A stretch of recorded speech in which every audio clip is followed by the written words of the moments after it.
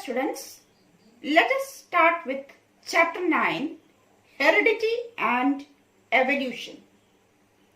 The long-term consequences of the accumulation of variations are also an interesting point to be considered. We shall be studying this under evolution. First of all, let us discuss accumulation of variation during reproduction. Inheritance from the previous generation provides both a common basic body design and subtle changes in it for the next generation. Now let us think what would happen when this new generation in its turn reproduces. The second generation will have differences that they inherit from the first generation as well as newly created differences. We need to explain the figure 9.1. Let us find out the explanation for figure 9.1. The original organism at the top will give rise to, say, two individuals similar in body design but with subtle differences. Each of them in turn will give rise to two individuals in the next generation.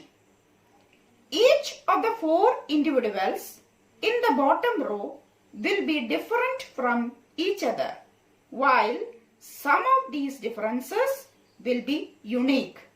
Others will be inherited from their respective parents who were different from each other. Figure 9.1 would represent the situation if a single individual reproduces, as in the case of asexual reproduction. If one bacterium divides, then the resultant two bacteria divide again. The four individual bacteria generated would be very similar. There would be only very minor differences between them generated due to small inaccuracies in DNA copying. However, if sexual reproduction is involved, there is greater diversity will be generated. So, from this we come to know that whether it is sexual reproduction or asexual reproduction, there are differences or there are variations created. But if it is sexual reproduction, the amount of variation involved is more, while in case of asexual reproduction, the variation is very minor. Now, all these variations in species, do they have equal chances of surviving in the environment? Of course not. Depending on the nature of variations, different individuals would have different kinds of advantages. Bacteria that can withstand heat will survive better in a heat wave. About this, we have discussed in the previous chapter, that is chapter 8, how do organisms reproduce. We know that a group of bacteria were living in temperate waters, but suddenly, due to global warming, the temperature rose and most of the bacteria died. But a few survived. Now, what was the reason for the survival of the few? It was because variations had occurred in their body. Therefore, we can rightly once again say that variations help in the survival of the species over time. Therefore, variation is the basis of evolutionary process. We will be discussing about this in detail. Now, what do you understand by the word heredity? It is a process by which traits and characteristics are reliably inherited. Now, what do you mean by inherited traits? inherited traits are those traits which we inherit from the parents. This type of trait occurs because there is a change in the DNA of the germ cells.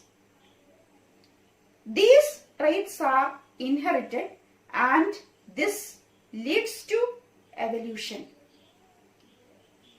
These traits are inherited or passed on from one generation to the other generation. In human beings, there are many inherited traits, and one of the examples are that of the earlobe. Human beings have two types of earlobe, that is free and attached earlobe. The lowest part of the ear is called earlobe. If it is closely attached to the side of the head, as in some of us, it is known as attached earlobe. And if it is not attached to the side of the head, in some others, then it is known as free earlobe. Therefore, free and attached earlobes are two variants found in human populations. Let us refer to activity 9.1. We need to observe the earlobes of all the students in our class. Let us imagine that there are a total number of 35 students in our class. After taking a survey, it was found that the number of students who have attached earlobe are 15, while the number of students who have free earlobes are 20. Now we have to find out the percentage of students who have attached earlobe. For this, we have to do a small calculation, that is, number of students who have attached earlobe, that is 15, by total number of students, that is 35 into 100. The final result is 42. So 42% of the students have attached earlobe. Now next, the total number of students who have free earlobe are 20. Therefore, to find out the percentage of students who have free earlobe, 20 by 35, that is the total number of students, into 100. The final result is 58. So 58% of the students have free earlobe. From this survey, we come to a conclusion that the variation of free earlobe is more common than attached earlobe.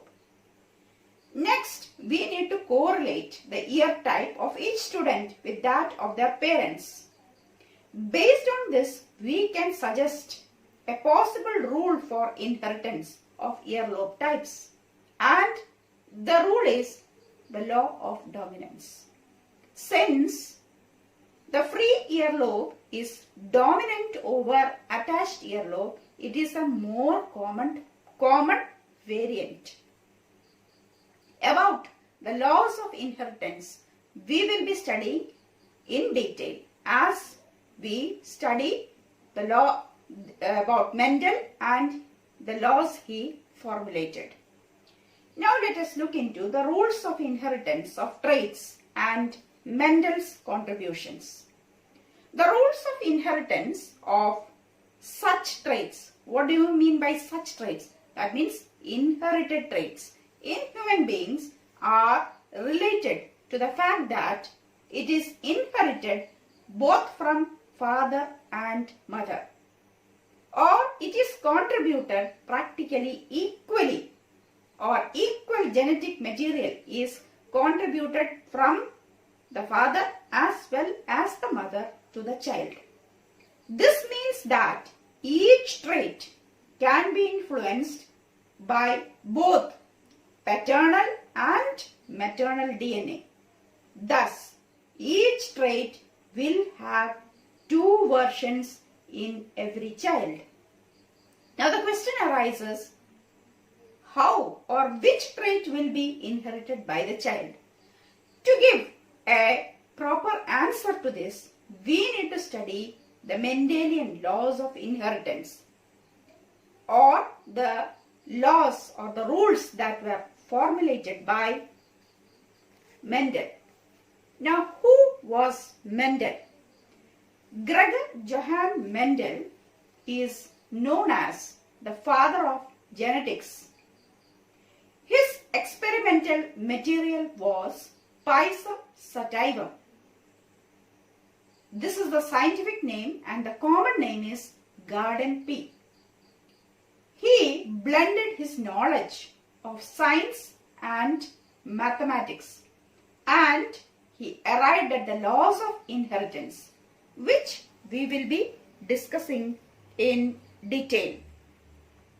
As I told you, Mendel's experimental material was Pisum sativum, which is commonly known as garden pea. He selected this as his experimental material because it had 7 contrasting characteristics. Now, what do you mean by characteristics? Characteristics means traits or features. Let us discuss what were these 7 characteristics which Mendel took into consideration. First is height. The 2 variants in heights are tall and short. Tall is represented by capital T, while short is represented by small t. The second characteristic is color of the flower, white and violet. Violet is dominant over white. So, violet is represented as capital V and white as small v. The next trait is shape of the seed. There are 2 variants for this, round and wrinkled. Round is dominant over wrinkled. So, round is represented as capital R, while wrinkled as small r. The next characteristic is seed color or color of the seed, that is yellow and green. The 2 variations are yellow and green. Yellow is dominant over green. Therefore, yellow is represented as capital Y and green as small y. The next characteristic is color of the pod. Green here, the 2 variations are green and yellow. Green is dominant over yellow. So, green pod is represented as capital G, while yellow is represented as small g. The next characteristic is shape of the pod. Now, shape of the pod has again 2 variants, that is inflated and constricted. Inflated is represented as capital I. That means inflated is dominant over constricted, and constricted is represented by small I. And the last characteristic is position of the axillary bud. Now, axillary bud is represented by capital A, while terminal bud is represented as small a. So, these are the 7 characteristics which Mendel studied in his experimental material, that is Pisum sativum. Now let us discuss why Mendel considered garden pea as a very suitable experimental material. The first reason is because it is a bisexual plant. I hope you know what is a bisexual plant. In the last chapter, we have already studied. That means both the male and female reproductive parts are present in the same plant. Second reason is that this particular plant can be self and cross-pollinated. The third reason is that there are 7 different observable traits. And the last is that the plant has a very short lifespan, so the results can be attained fast. Now let us discuss the 3 laws of Mendel. The first law is known as Law of Segregation.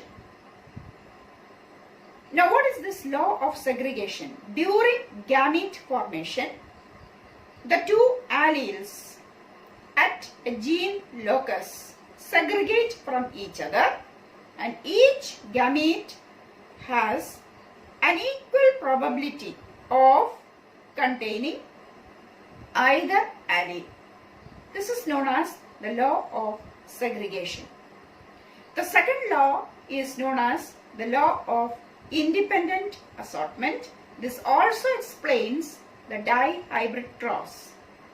When 2 or more characteristics are inherited by an individual, the individual heredity factors assort independently during gamete production, giving different traits equal opportunity of occurring together.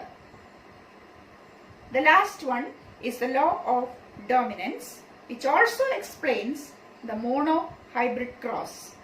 It states that one of the factors for a pair of inherited traits will be dominant and the other recessive unless both factors are recessive.